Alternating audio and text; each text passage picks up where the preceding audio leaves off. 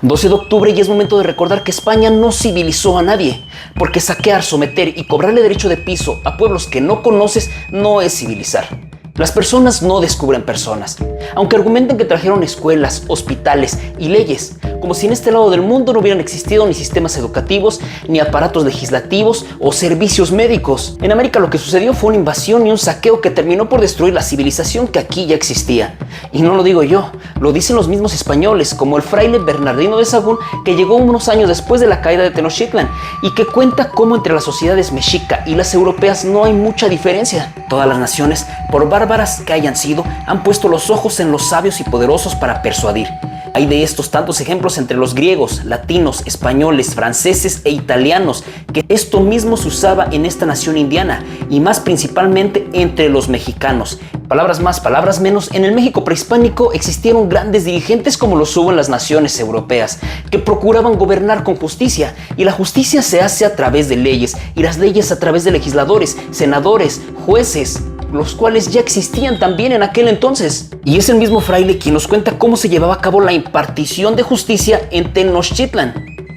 El senador tiene estas propiedades: ser juez y averiguar bien los pleitos, ser respetado, grave, severo, espantable y tener presencia digna, de mucha gravedad y reverencia, y ser temido de todos. El buen senador es recto juez y oye entre ambas partes, y pondera muy bien la causa de los unos y de los otros, da a cada uno lo que es suyo, y siempre hace justicia derecha, no es aceptador de personas, y hace justicia sin pasión.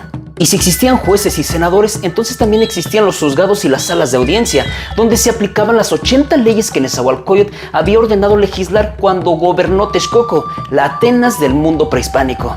Hay en esta gran plaza, se refiere al mercado de Tlatelolco, una gran casa como de audiencia, donde están siempre sentadas 10 o 12 personas, que son jueces, y libran todos los casos y cosas que en él acaecen. Entonces, si había juzgados, casas de audiencia y senadores, seguramente hubo escuelas en donde los alumnos se especializaban para aprender sobre derecho, que tal vez no eran como las universidades que conocemos hoy en día ni como las que trajeron los europeos, pero sí escuelas de alto rendimiento. Y de ello nos cuenta un descendiente de Nezahualcóyotl llamado Fernando de Alba Ixtlilxóchitl. Esta plaza estaba cercada de portales y tenía asimismo por la parte del poniente otra sala grande y muchos cuartos a la redonda que era la universidad, en donde asistían todos los poetas, históricos y filósofos del reino, divididos en sus clases y academias conforme era la facultad de cada uno, y asimismo estaban aquí los archivos reales. Es decir, que si había escuelas y archivos reales, entonces había libros, y si había libros se guardaban seguramente en bibliotecas. Fray Juan de Zumárraga, en su intento de acabar con lo que consideraba como idolatría, incendió el acervo de Texcoco, donde se calcula que habían cientos de miles de códices náhuatl y de los que tan solo se han conservado 14. Y si había escuelas donde los jóvenes se podían especializar, entonces también había escuelas para niños. Era la intención de los padres ofrecerle criatura a la casa de los ídolos que se llama Calmecac, para que fuese ministro de los ídolos viniendo a edad perfecta.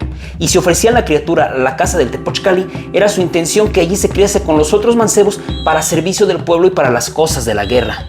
Una sociedad que tiene escuelas, bibliotecas y juzgados seguramente cuenta con otro tipo de servicios, como los que nos cuenta Hernán Cortés en las cartas que le escribió a su rey.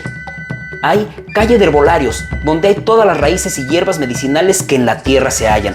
Hay casas como de boticarios, donde se venden las medicinas hechas, así potables como ungüentos y emplastos. ¿Es acaso algo como una farmacia? Hay casas como de barberos, donde lavan y rapan las cabezas. ¿Está hablando de barberías? Hay casas donde dan de comer y beber por precio. ¿Estamos hablando de restaurantes o fondas? Espera.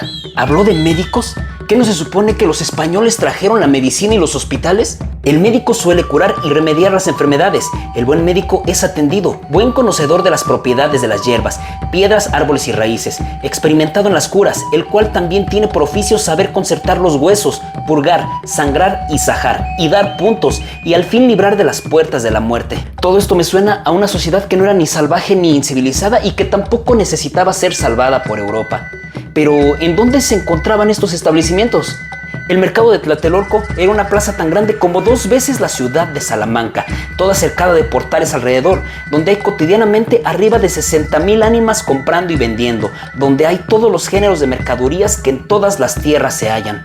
Suena muy impresionante un mercado así de enorme. Imagínate cómo sorprendió a los españoles. Y entre nosotros hubo soldados que habían estado en muchas partes del mundo, y en Constantinopla y en toda Italia y Roma, y dijeron que plaza tan bien compasada y con tanto concierto y tamaño y llena de tanta gente no la habían visto. Y si en el mercado de Tlatelolco se reunía diariamente más gente que lo que había de habitantes en una ciudad europea, entonces ¿qué tan grande era Tenochtitlan? Admitiendo 7 personas por cada casa se llega a la elevada suma de 560,000 a 700,000 habitantes, sin llegar al millón, cantidad muy elevada, por lo que las más aceptadas serían de 300,000 a 600,000 habitantes como máximo. Por cierto, Tenochtitlan había sido construida sobre un lago y se transitaba a pie o en canoas, y eso también lo cuenta Hernán Cortés. Son las calles de ella, las principales, muy anchas y muy derechas, y algunas de estas y todas las demás son la mitad de tierra y por la otra mitad es agua, por la cual andan en sus canoas, y todas las calles de trecho a trecho están abiertas por donde atraviesa el agua de las unas a las otras. Una ciudad que prácticamente flota sobre un lago debió ser una visión impresionante, y de ello nos cuenta un soldado de Hernán Cortés.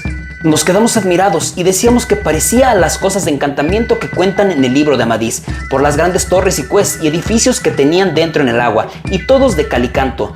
Y aún algunos de nuestros soldados decían que si aquello que veían sí era entre sueños, y no es de maravillar que yo escriba aquí de esta manera, porque hay mucho que ponderar en ello, que no sé cómo lo cuente, ver cosas nunca oídas ni aún soñadas como veíamos. En Tenochtitlan debió haber palacios y casas impresionantes, de las cuales por cierto también nos cuenta Hernán Cortés.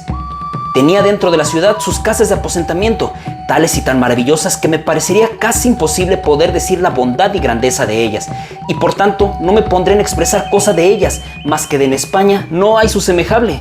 Pero el lujo no paraba ahí. De hecho, Cortés cuenta que había aviarios.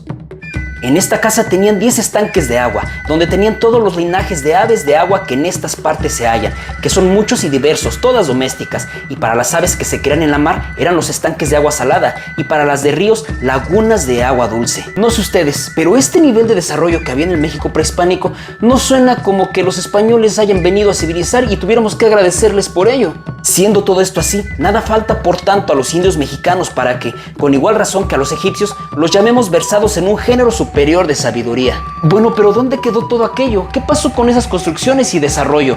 Bien, pues los españoles se encargaron de destruirlo todo en las siguientes décadas para hacerle creer a los pueblos nativos que los europeos habían venido a civilizarlos, pues ellos vivían en estado de salvajismo. De hecho, los mismos españoles declaran que de la magnificencia que tenían los indígenas cuando ellos llegaron ya no les quedaba nada. Esto a la letra ha acontecido a estos indios con los españoles. Fueron tan atropellados y destruidos ellos y todas sus cosas que ninguna apariencia les quedó de lo que eran antes. Así, están tenidos por bárbaros y por gente de bajísimo quilate. Y aunque no lo creas, en pleno 2024, los españoles se encuentran difundiendo un discurso en el que ellos son los buenos de la historia. Son héroes y santos como ellos se reconocen a sí mismos.